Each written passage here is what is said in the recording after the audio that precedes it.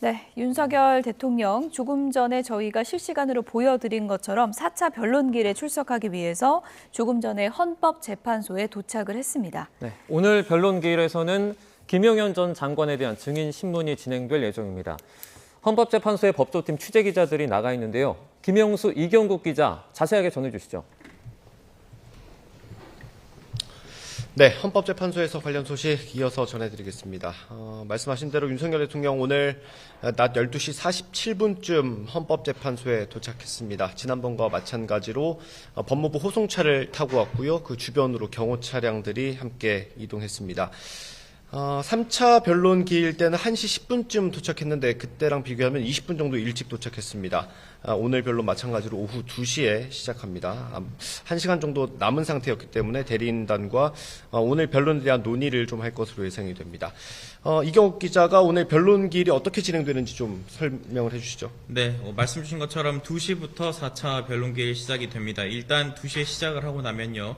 국회 측과 윤 대통령 측 양측이 추가로 낸 서면을 확인을 하고 증거 채택 여부를 논의할 것으로 보입니다. 이 절차가 한 30분 정도 진행이 될 것 같은데 이후에는 이제 이 탄핵 심판의 첫 증인 신문이 시작이 될 예정입니다.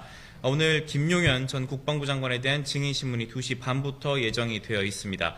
과정을 좀 설명드리면 대통령 측과 국회 측이 각각 30분씩 주신문과 반대신문을 진행하고 이후에 한 차례 더 15분씩 이 재신문을 진행을 합니다. 다만 신문이 조금 더 길어질 가능성은 있는 상황입니다.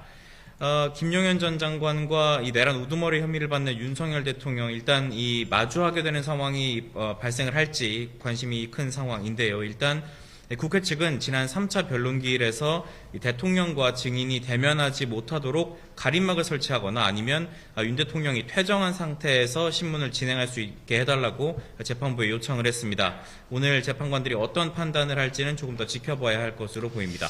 이 김용현 전 장관에 주목하는 이유가 있습니다. 김용현 전 장관은 이 계엄 선포를 대통령에게 직접 건의했던 인물입니다.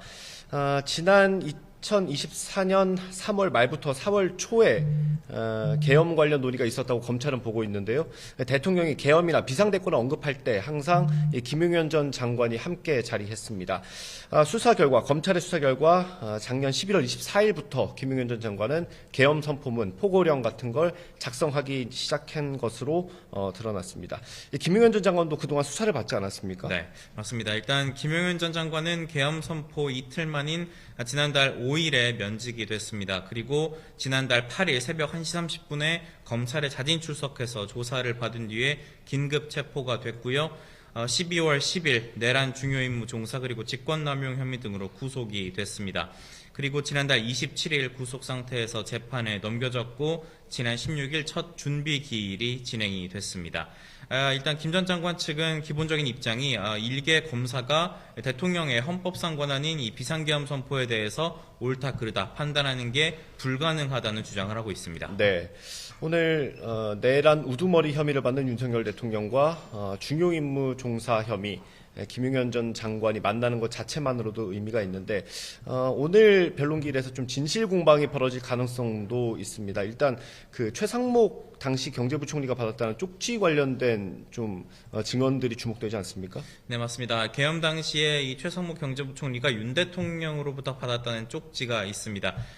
이 안에는 비상입법기구 관련 예산을 편성하라는 내용이 적혀 있는 것으로 파악이 됐는데요. 이 때문에 국회 무력화 목적이 있었던 거 아니냐를 이제 판가름할 수 있는 중요 근거로 지목이 되어 왔습니다.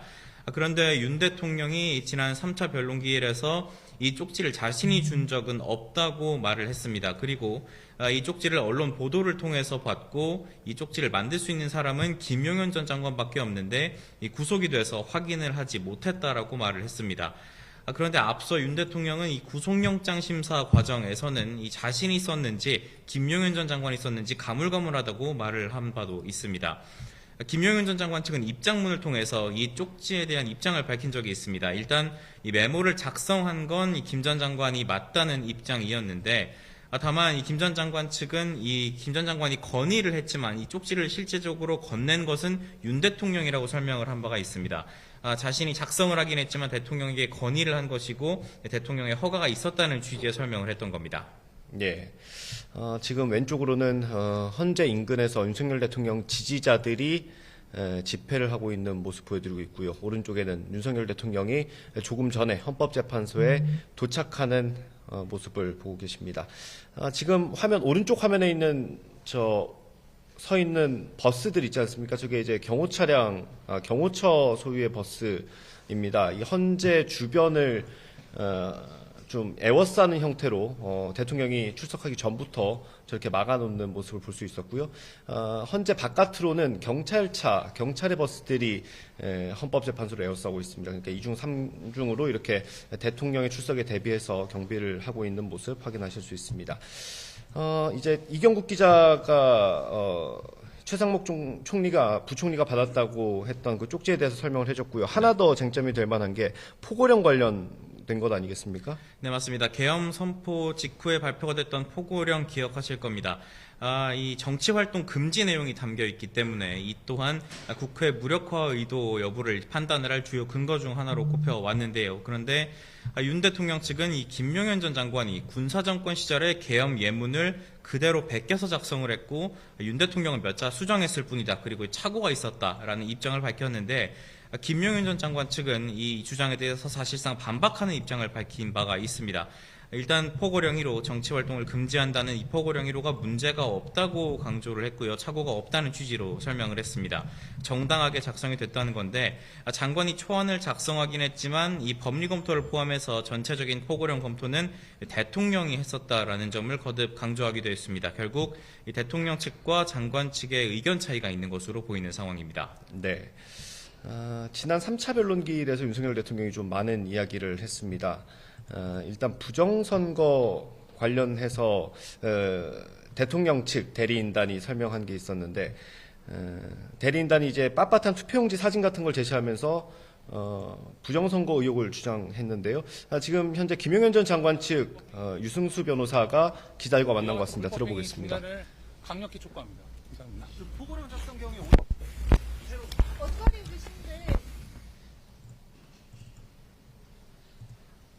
네, 저희가 현장 화면을 보여드리고 변호사의 이야기를 들어보려는 순간에 답변이 끝나버렸습니다. 저희가 어떤 얘기를 했는지 현장 기자를 통해서 들어오면 다시 한번 전해드리도록 하고요. 부정선거 얘기 다시 한번 말씀드리겠습니다. 대통령 측 대리인단이 빳빳한 투표용지 같은 거를 제시하면서 사진을 제시하면서 부정선거 의혹을 주장했고요. 국회 측은 이미 근거 없는 주장으로 나왔지만 이게 있었다고 해도 탄핵 심판의 쟁점은 아니다. 계엄 선포 사유가 될 수 없다. 이런 점을 반박했습니다. 이때 윤석열 대통령이 직접 발언을 했습니다. 선거 공정성에 대한 의문이 드는 것들이 많았다고 했고요. 그러면서도 선거가 전부 부정이라는 게 아니라 시스템을 전반적으로 스크린하는 차원이었다라고 설명했습니다. 이거 말고도 윤석열 대통령이 발언을 했던 게 있는데 이제 그 계엄이 선포됐을 때 사령관들에게 직접 전화해서 지시했다는 내용도 있지 않습니까? 그거에 대해서 어떻게 얘기했습니까? 네, 앞서 계엄 이후 검찰 수사 등을 통해서 윤 대통령이 이 군 사령관, 군인들에게 전화했다는 사실이 드러난 바가 있습니다. 대표적인 것이 곽종근 전 특수전사령관과 이진우 전 수방사령관에게 전화를 해서 국회의원들을 끌어내라라고 지시를 했다는 것이었습니다. 재판부가 지난 변론기일에서 질문을 2개 했는데 그중 하나가 바로 이 질문이었습니다. 재판부가 이 국회의원을 끌어내라고 지시한 적이 있느냐를 윤 대통령에게 질문을 했고 윤 대통령은 그런 적이 없다라고 답변을 했습니다. 변론기일이 이틀 전이고 어제 국회에서 국조특위 국정조사도 있었는데요. 여기서 곽종근 전 특수전사령관 이런 지시를 받았었다는 사실을 거듭 재확인했고요. 홍장원 전 국정원 1차장도 대통령이 전화해서 싹 다 정리하라는 지시를 했었다고 재차 강조하기도 했습니다. 네, 이제 헌법재판소에 윤석열 대통령 탄핵심판 4차 변론기일 이제 한 15분 정도 뒤면 진행이 됩니다. 앞서 설명드린 것처럼 30분 정도는 증거에 대해서 재판부가 논의를 하고요. 그리고 2시 반부터 김용현 전 국방부 장관에 대한 증인 신문이 진행될 예정입니다. 저희가 실시간으로 재판에서 어떤 얘기가 나왔는지 정리를 해드리도록 하겠습니다. 헌법재판소에서 전해드렸고요. 상암동 스튜디오 나와주십시오.